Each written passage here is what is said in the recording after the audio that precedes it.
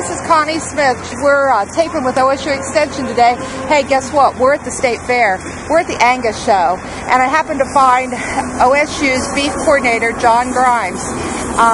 John, as the beef coordinator, you're kind of putting together beef opportunities for producers all over the state. And you know, it's no secret, John, that a lot of those pasture acres, anything that could be tilled over the last 3 or 4 or 5 years has been turned into crops. And we're kind of thinking now, at some point, maybe people want to get back into the cattle business.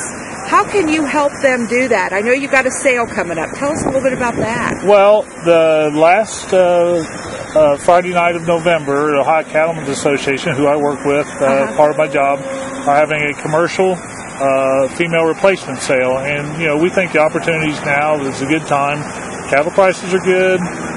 It's been a great year for grass with the rain that we've had.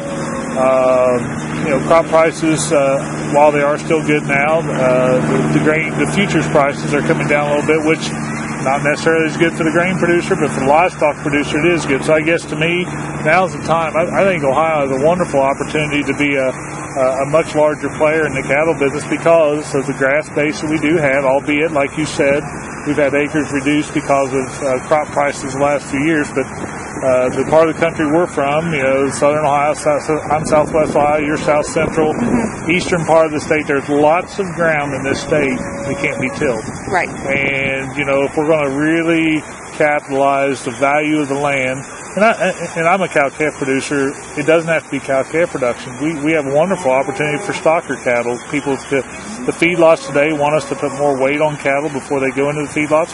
Let's put some grass gains on the calves. You know, if somebody wants to develop heifers and sell bred heifers, it does not have to be traditional operations, but we hope this female sale will provide an opportunity for people to either sell or buy quality stock.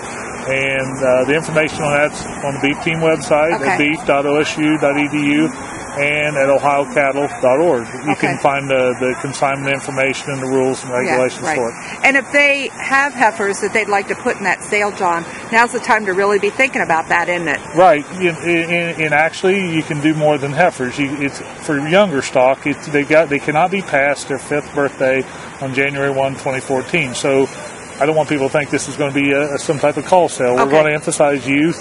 And, you know, some people maybe don't want to give out a heifer. Maybe there'll be a young bred cow that they can pursue. So, you know, I think the opportunity is right. It's going to be at the Zanesville market, right off of I-70. And we'll be talking about this more as we get closer to the time. But, yes, be thinking about getting cows palpated, the health requirements, your records, you know, breeding information, things like that. So, yeah, you don't want to wait. The entry deadline is October 1. Okay. But, you know, now's the time to start thinking about it. And, you know, I would assume maybe this is a good opportunity for some youth is out there, and maybe dad's got 10 acres of pasture that he doesn't quite know what to do with. This might be the sale for a kid to come to, maybe pick out something that he might think about raising his own club calf sometime. Well, there's no limit on size. You know, the average herd in Ohio, last statistics I saw, is around 17 cows per herd.